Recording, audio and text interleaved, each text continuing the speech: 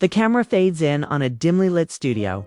The sound of an old cassette tape rewinding echoes in the background. A narrator's voice cuts through the silence. Heavy with suspense, in the ruthless world of hip-hop, loyalty isn't just a word, it's a weapon. And when you choose the wrong side, the streets never forget. The beat kicks in, slow and tense, and an image of 50 Cent flashes across the screen, his stare sharp as a blade. Then, the name Jim Jones appears, bold and unshaken. Between them looms two of rap's greatest titans, Nas and J-Z. This isn't just a story about music. It's a tale of betrayal, choices, and the kind of drama only New York rap could deliver. Why did Jim Jones stand with Jay-Z when Nas needed allies? Why did 50 Cent take it upon himself to call him out? And what does this decision reveal about the hidden politics of hip-hop's golden era? As the narrator leans in, voice dropping lower, the screen goes black. Tonight, we uncover the moment when 50 Cent exposed Jim Jones, forcing everyone to ask the question, "You chose Jay-Z over Nas." The audience is hooked. The drama is set, and the truth is about to unfold. The story of 50 Cent, Jim Jones, and the legendary question, "You chose Jay-Z over Nas," cannot be understood without first stepping back into the heart of New York City in the late 1990s and early 2000s. This was not just an era of music. It was an era of territorial dominance, lyrical wars, and alliances that shaped the future of hip-hop forever. At the center of this universe stood Nas, the street poet from Queensbridge who redefined lyricism with Illmatic and Jay-Z, the hustler-turned-mogul from Brooklyn whose smooth delivery and business acumen made him one of the most powerful figures in music. Their rivalry wasn't just personal, it was cultural. It represented two visions of hip-hop, colliding on the grandest stage. When Jay-Z and Nas clashed, the entire rap world was forced to pick sides. Mixtape, DJs, street crews, even fans in barbershops argued endlessly. Who was the real king of New York? Lines were drawn. Loyalty became a currency. And betrayal. That was blood in the water while this war unfolded. Jim Jones was carving his name into Harlem's streets. As a key member of the Diplomats, better known as Dips, set alongside Cam'ron and Joel Santana, Jim's style was brash, unapologetic, and dripping with Harlem swagger. Dipset was a movement, not just a crew. They dressed differently, talked differently, and made New York proud of Harlem again. But when the Nas versus Jay-Z battle reached its boiling point, Dipset made a decision. Instead of siding with Nas, the streets poet, they leaned toward Jay-Z. For many, it was a shocking choice. For some, it was a betrayal. And for 50 Cent, it was an opportunity to call out what he saw as hypocrisy. By the time this drama was unfolding, 50 Cent had already survived 9 bullets. A near-death experience that turned him into a living legend before he even released his debut album. Coming out of South Jamaica, Queen's 50's reputation was raw, fearless, and unpredictable. When he dropped Get Rich or Die Trying, the industry shifted overnight. But what set 50 apart wasn't just his music hit, was his willingness to say what others were too afraid to. He thrived on confrontation. He thrived on calling people out. And when he looked at Jim Jones' Dipset and their alliance with Jay-Z, he saw a weakness he could exploit. The question, "You chose Jay-Z over Nas," was more than just a line. It was a reminder. A reminder that in hip-hop, every move, every alliance, every loyalty would one day be scrutinized under the harsh lights of history. Jim Jones and Dipset had chosen business and alignment with power. But in doing so, they had turned their backs on the man many considered the heart of New York lyricism, Nas and 50 Cent. With his sharp tongue and relentless energy, was ready to make sure the world never forgot it. By the early 2000s, New York rap was a battlefield. Alliances were fragile. Powers shifted by the day. And at the center of it all was the decision that Jim Jones made. A decision that would later come back to haunt him when 50 Cent decided to expose the truth. The stage was set. The players were in position. And the audience, hip-hop fans across the world, was waiting for the drama to unfold. The spotlight lingers on Jim Jones, his face half lit in shadow as the narrator's voice cuts through once again. In the city that never sleeps, your choices echo louder than your words. And for Jim Jones, the echo of choosing Jay-Z over Nas was about to turn into a storm. The music shifts, darker now, as the tension thickens. The streets have already whispered their stories. But when 50 Cent speaks, whispers turn into thunder. He was never the type to let a decision slide quietly into the background. For him, calling out names wasn't a hobby, it was a strategy. And Jim Jones had just given him the perfect target. 50 understood the weight of history. He knew the scars that the Jay-Z and Nas war had left on New York hip-hop. For some, it was entertainment. For others, it was life or death. The culture had been divided, neighborhoods had been split, and crews had gone to war in their own right. To side with one was to stand against the other. And when Jim Jones chose Jay-Z, 50 saw it as a betrayal of the street's chosen poet. The man who had painted their lives in words so vivid they cut like glass. It wasn't long before 50 began weaving this narrative into his interviews, his songs, his conversations. He would smirk, tilt his head, and ask the question that hit harder than a diss track. You chose Jay-Z over Nas. It wasn't just a question, it was an accusation. It was 50 paintings by Jim Jones, not as a Harlem hustler, not as a street general, but as a man who sold loyalty for convenience. The expose wasn't about facts alone. It was about perception. 50 Cent was a master of controlling how people saw his rivals. He didn't need proof. He just needed doubt. And once doubt was planted, it spread like wildfire. Fans started debating. Was Jim Jones really authentic? Did Dipset choose the power and money Jay-Z represented over the authenticity Nas stood for? In the world of hip-hop, those kinds of questions could erode a man's credibility overnight. Jim Jones tried to play it cool. But 50 knew exactly where to strike. He reminded the world that Dipset had once thrived on the energy of the streets. And yet, when the greatest lyrical war in rap history had erupted, they stood with the empire instead of the underdog. 250, that was a weakness. 250, that was betrayal. And the way he told the story, there was no escaping the narrative. Every interview became a stage. Every podcast appearance, every magazine quote, every Instagram post turned into a weapon. 50 would casually drop the line, his voice carrying that familiar mix of humor and menace. Jim? He's the guy who picked Jay-Z over Nas. And people laughed. They nodded. They remembered. The label stuck.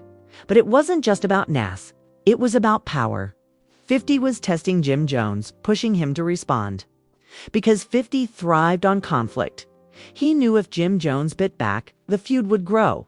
And 50 always believed he could outlast anyone in a war of words. This was chess, not checkers. And Jim was being cornered without even realizing it. Behind the scenes, the industry watched closely. Executives, DJs, and artists all whispered about the brewing tension. They knew that once 50 Cent had his sights on you, there was no easy escape.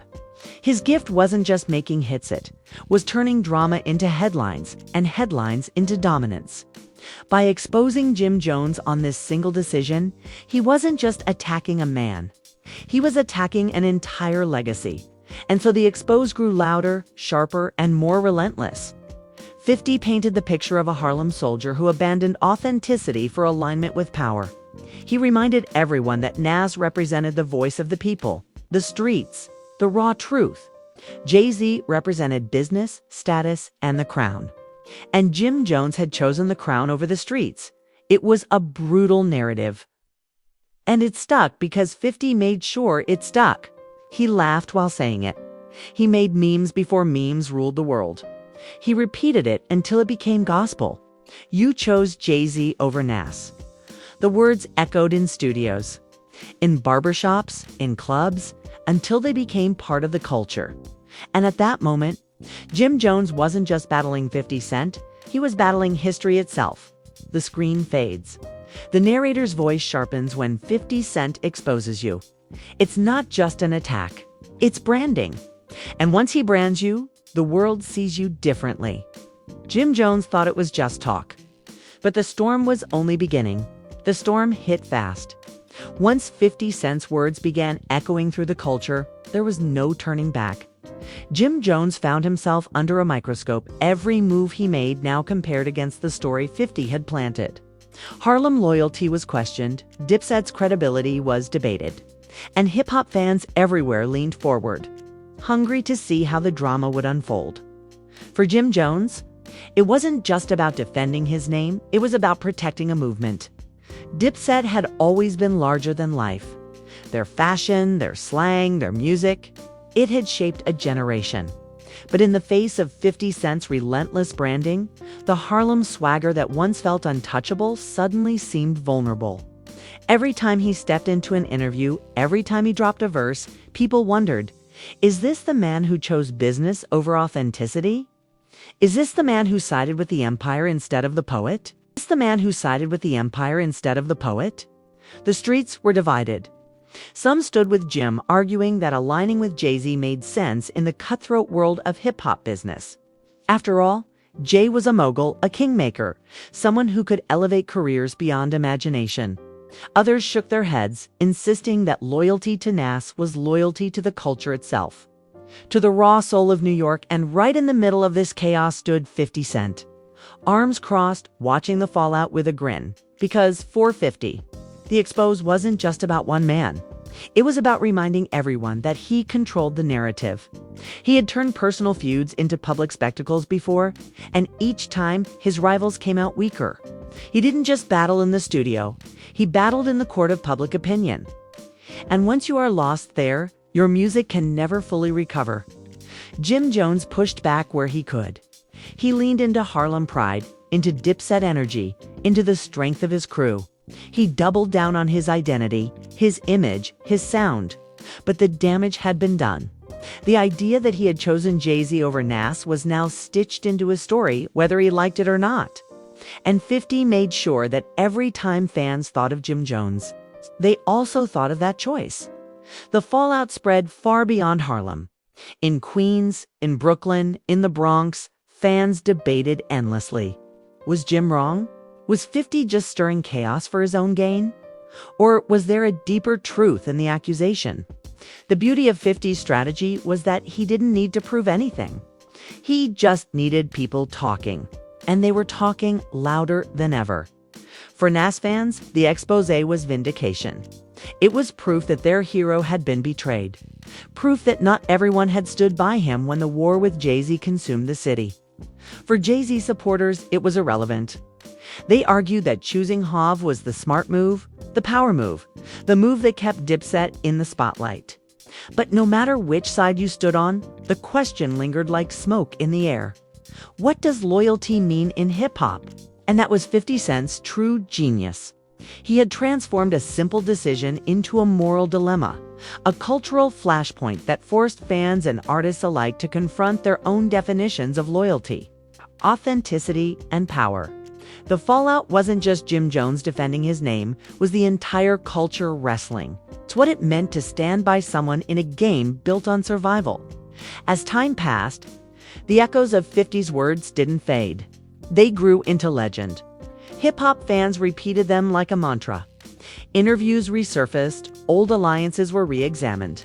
And Jim's decision became a cautionary tale for anyone navigating the treacherous waters of fame and loyalty. The screen goes dark again, and the narrator's voice lowers to a near whisper. In the end, it wasn't about Jay-Z. It wasn't about Nas. It wasn't even about Jim Jones. It was about the reminder that in hip-hop, every choice carries weight. Every alliance leaves a scar. And when 50 Cent exposes you, the world never forgets. The beat rises, sharp and dramatic. As the final image burns across the screen, 50 Cent's smirk. Jim Jones' shadowed silhouette and the words that started it all. You chose Jay-Z over Nas. The story ends, but the question lingers. Forever etched into hip-hop history, the echoes of the feud still hang heavy in the air. Not because of the battles themselves, but because of the choices that define them. Hip-hop has always been more than music. It's been about loyalty, survival, and the stories we leave behind. Jim Jones made a choice, and whether right or wrong, that choice became a brand stitched into his legacy. 50 Cent didn't just expose him. He reminded the culture that every move in this game is permanent. Once the streets start asking questions, once the fans begin to doubt, there's no undoing the damage. And that is why this moment, this single question, you chose Jay-Z over Nas, still carries so much weight today. For Nas supporters, it was vindication. For Jay-Z loyalists, it was a strategy. For 50 Cent, it was entertainment, power, and control. But for Jim Jones, it was a scar that will always resurface when the story of New York rap is told. In the end, there are no clean answers. Only echoes, only debates, only lessons carved into the concrete of hip-hop history. And as the screen fades to black, one truth remains in the world of rap. Choices are louder than music. The final words crash like a closing beat. You chose Jay-Z over Nas, and the world never forgot. Never forgot.